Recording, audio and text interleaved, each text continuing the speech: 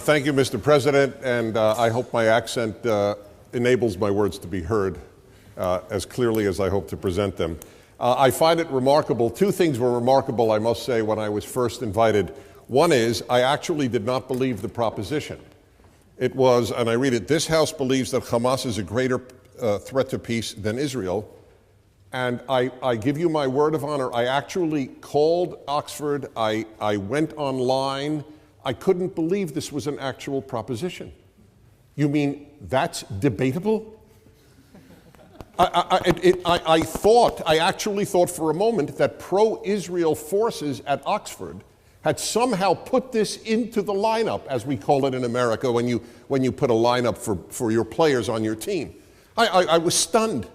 The other was when I realized, by God, they really are serious. It must be an academic institution. And I realized, as Orwell said, some things are so foolish, only an intellectual could believe them. And I realized, okay, this is it. This is a Western world tragedy, the amount of nonsense that is often believed in academia. And so this is a debatable proposition at such an illustrious institution. It's actually sad, as I will point out over and over, just appealing to your common sense. You need know nothing about the Middle East to understand how absurd the proposition is. It's of course valid, but that it's debatable is an absurdity. The other is my biography. I must say I have been called many things, including controversial, but of my long resume, just to be described as controversial, may I say to you that to the millions of people that I broadcast to every day, I am not controversial whatsoever. So clearly, those who invited me find it controversial. All right. Let me just give you an analogy. I didn't check, I should have. In the 1930s, was there a debate at this auspicious place? Was there a debate over the following proposition, that Nazi Germany, that Great Britain is a greater threat to peace than Nazi Germany, or Nazi Germany is a greater threat to peace than Great Britain? Was there a debate in the 1930s? That is a perfect analogy to what we are debating tonight.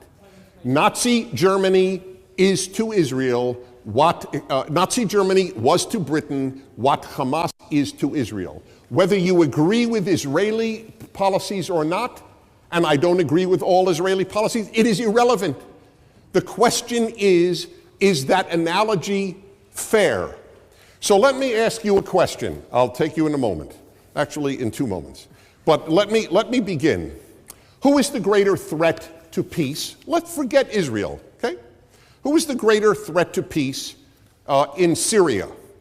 ISIS or Israel? Who is the greater threat to peace in Lebanon? Hezbollah or Israel? Who is the greater threat to peace in Egypt?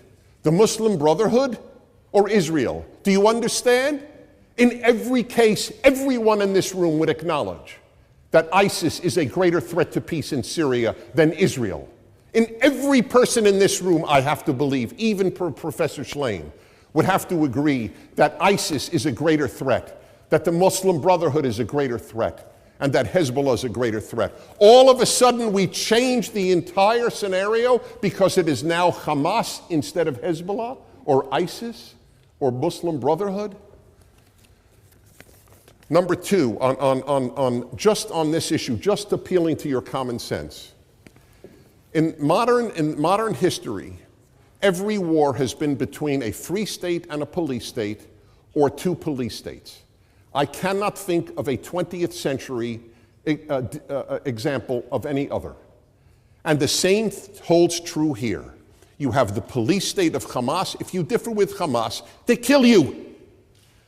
Where in the world other than Israel does anyone ever argue that the free state doesn't want peace and the police state wants peace?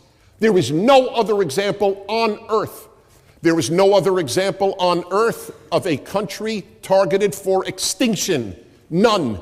220 some odd countries in this world. Only Israel is targeted for extinction.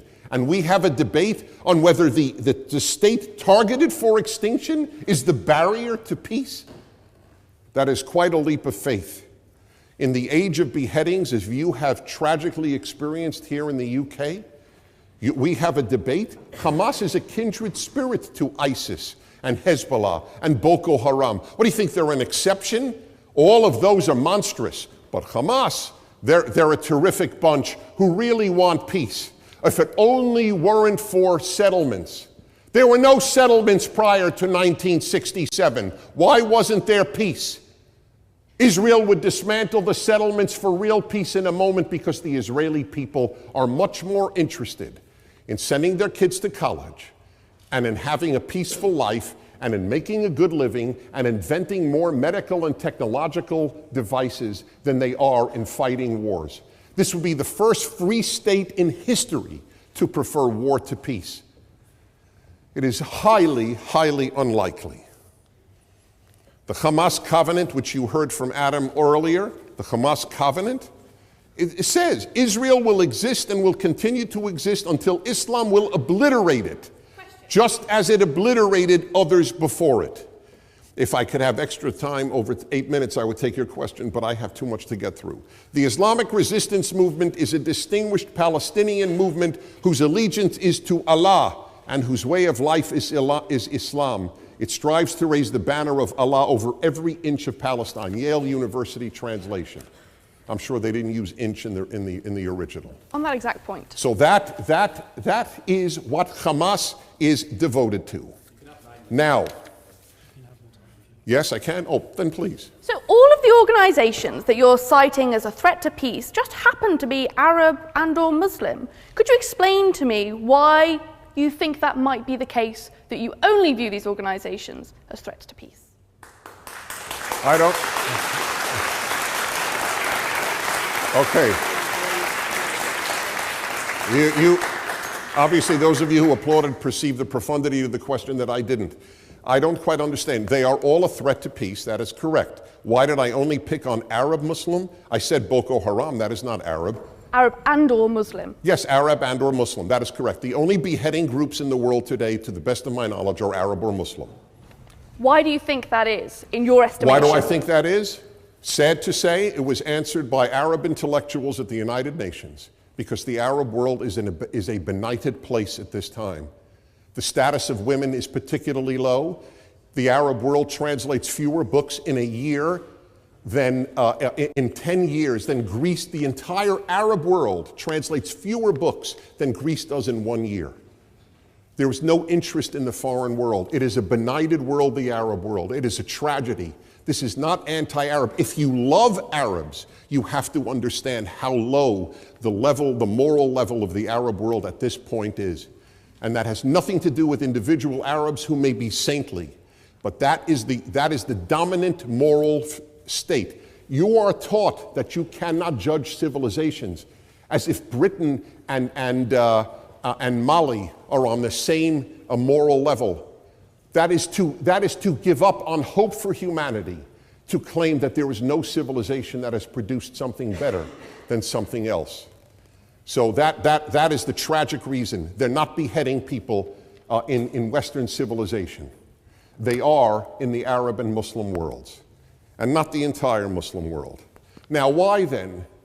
My second part is to answer the question, why is something so obvious that Israel wants peace and that Hamas wants to destroy Israel? Why is that debated at one of the most illustrious academic institutions on earth, Oxford? I have two answers. One is, there has been a broken moral compass in the intellectual world in the West for the last perhaps 80 or 100 years. I will give you an example. I studied at Columbia University at the School of International Affairs. I was taught by brilliant, and they were brilliant, professors that the United States and the Soviet Union were moral equivalents. It was capitalism versus communism, two economic theories, that's all. Neither was better than the other. You may not recall, because you weren't born, many of you, but Ronald Reagan, the President of the United States, called the Soviet Union at one point an evil empire. He was lambasted. He was declared by Columbia and Harvard and Yale and Princeton and the New York Times a fool for having the temerity to make a moral statement about the Soviet Union, a place that had created the Gulag Archipelago and killed 40 million of its own people, not to mention a genocide in Ukraine. That is what I tell you, students, that's what has taken over in Western universities, a broken moral compass that truly calls evil good and good evil. I went through this, and I'm afraid many of you are going through this. This evening is one such example. And finally, the media. The media gives you a jaundiced view of the world. Gaza starts a war to kill as many Israelis as possible. And all you see on the BBC and Sky News, as we see in America on our TV, is dead Gazans. That's all you see. I shudder to think if in World War II the same media covered World War II, you would have seen far more dead German civilians than dead British civilians.